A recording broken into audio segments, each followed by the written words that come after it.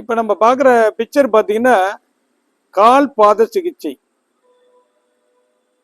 கால் பாத சிகிச்சை அப்படிங்கிறது இன்றைக்கு ஃபுட் ரிஃப்ளெக்ஸாலஜி என்று சொல்லக்கூடியது. இந்த கால் பாத சிகிச்சை தெரபியானது வேர்ல்டு ஃபுல்லாக இருக்கக்கூடிய ஒரு தெரபியில் இந்த கால் பாத சிகிச்சையும் ஒன்று. நம்ம உடல்ல இருக்கக்கூடிய அனைத்து உறுப்புகளுக்கும் தொடர்புடைய கனெக்டட் பாயிண்ட் நம் 2 கால்களிலுமே இயற்கையாக இணைக்கப்பட்டுள்ளது.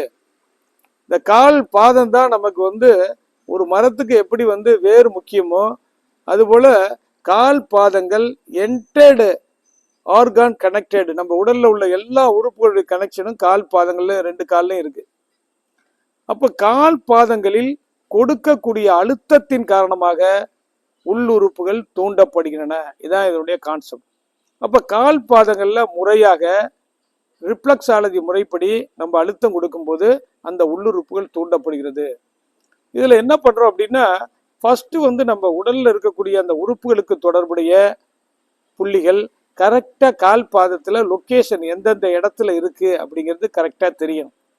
அதுக்கப்புறம் எப்படி அழுத்தம் கொடுக்க வேண்டும், எவ்வளவு நேரம் அழுத்தம் கொடுக்க வேண்டும், நோயின் தன்மைக்கேற்ப ஒவ்வொருத்தருக்கும் ஒவ்வொரு டிசீஸ் இருக்கும். சில பேர் பார்த்தீங்கன்னா டயபெட்டிஸ் வருவாங்க, சில பேருக்கு உயர் ரத்த அழுத்தம்னு வருவாங்க, சில பேருக்கு கேஸ்டபிள் அசிடிட்டி ப்ராப்ளம் வருவாங்க, சில பேருக்கு ஆஸ்மா இருக்கும், சில பேருக்கு பேக் பெயின் இருக்கும், சில பேருக்கு தலைவலி இருக்கும், சில பேருக்கு பார்த்தீங்கன்னா இந்த லிவர் ப்ராப்ளம் இருக்கும், சில பேருக்கு ஸ்ப்ளீன் ப்ராப்ளம் இருக்கும், சில பேருக்கு மோஷன் சரியாக போகாது, சில பேருக்கு மூட்டு வலி இருக்கும், சில பேருக்கு மசில்ஸ் கிராம்ஸ் தசை பிடிப்புகள் இருக்கும்.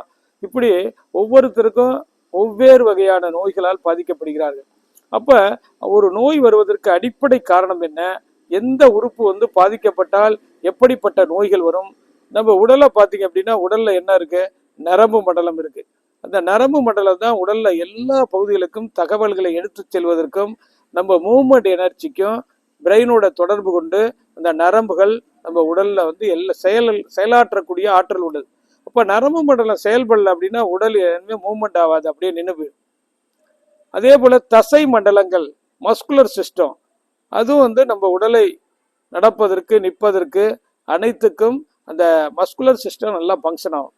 அதுக்கப்புறம் பார்த்தீங்கன்னா வாஸ்குலர் சிஸ்டம், இரத்த குழாய்கள், அவை எல்லா இடங்கள்லையும் நம்ம உடலுக்கு சீரான இரத்தத்தை எடுத்து செல்வது இரத்த குழாயின் வழியாக தான். ஹார்ட்டுக்கு பிளட் போகுது, அங்கேருந்து உடல் உறுப்புகளுக்கு எல்லா இடங்களுக்கும் இரத்த ஓட்டம் சீராக செல்வதற்கு அந்த இரத்த குழாய்கள் முக்கியமாக பயன்படுது.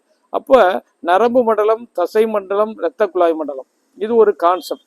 அதுக்கப்புறம் பார்த்தீங்கன்னா இந்த ஆர்கான் சிஸ்டம், நம்ம உடலில் இருக்கக்கூடிய 10 உறுப்புகளுக்கு தொடர்புடைய கனெக்டட் பாயிண்ட். அதுக்கப்புறம் பார்த்தீங்கன்னா எண்டோக்ரைன் சிஸ்டம், நாளம் இல்லா சுரப்பிகள், 7 சுரப்பிகள் நம்ம உடலில் செயல்படுது முக்கியமாக.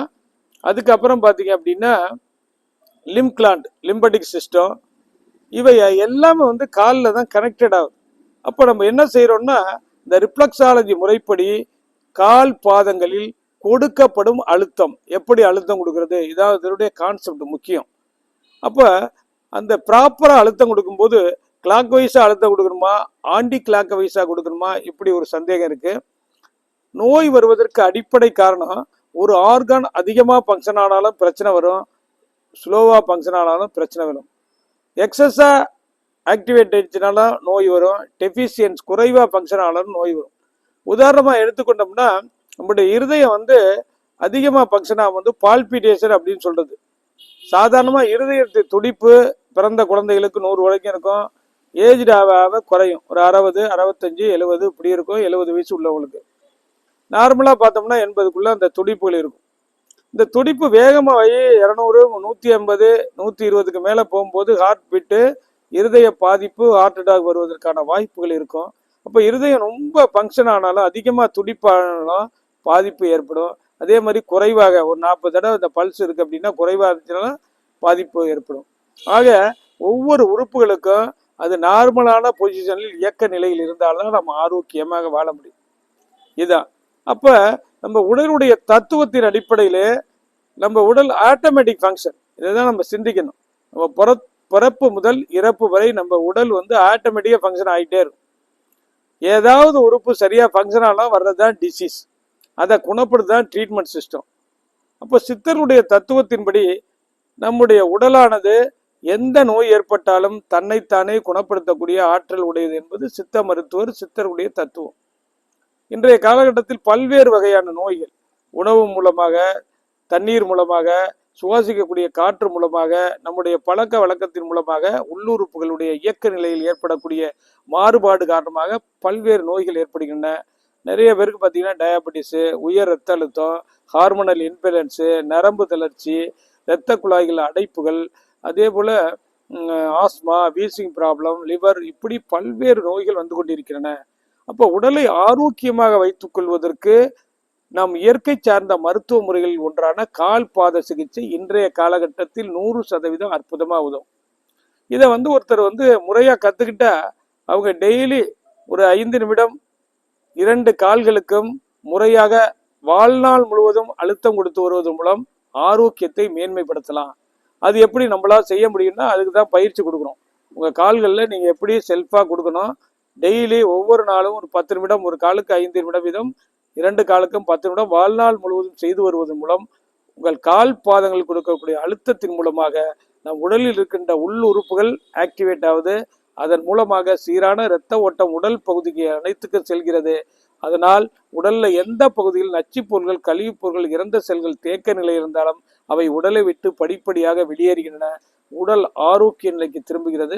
நாம் நோயிலிருந்து விடுபடுகின்றோம். இதுதான் இதனுடைய கான்செப்ட். அதே போல வாரம் ஒரு முறை, மாதத்துக்கு 2 முறையாவது ஒரு ரிஃப்ளெக்ஸாலஜி சென்டருக்கு போய் முறையாக ரிஃப்ளெக்ஸாலஜி தெரபியை எடுத்து கொண்டு வந்தால் நம் உடலில் இருக்கிற நச்சு பொருள், கழிவுப் பொருள்கள் உடலில் டெபாசிட் ஆகாமல் அப்பப்போ வெளியேறுவதன் மூலம் நாம் ஆரோக்கியமாக வாழ்வதற்கும் நோயிலிருந்து விடுபடுவதற்கும் இந்த சிஸ்டம் நமக்கு உதவும்.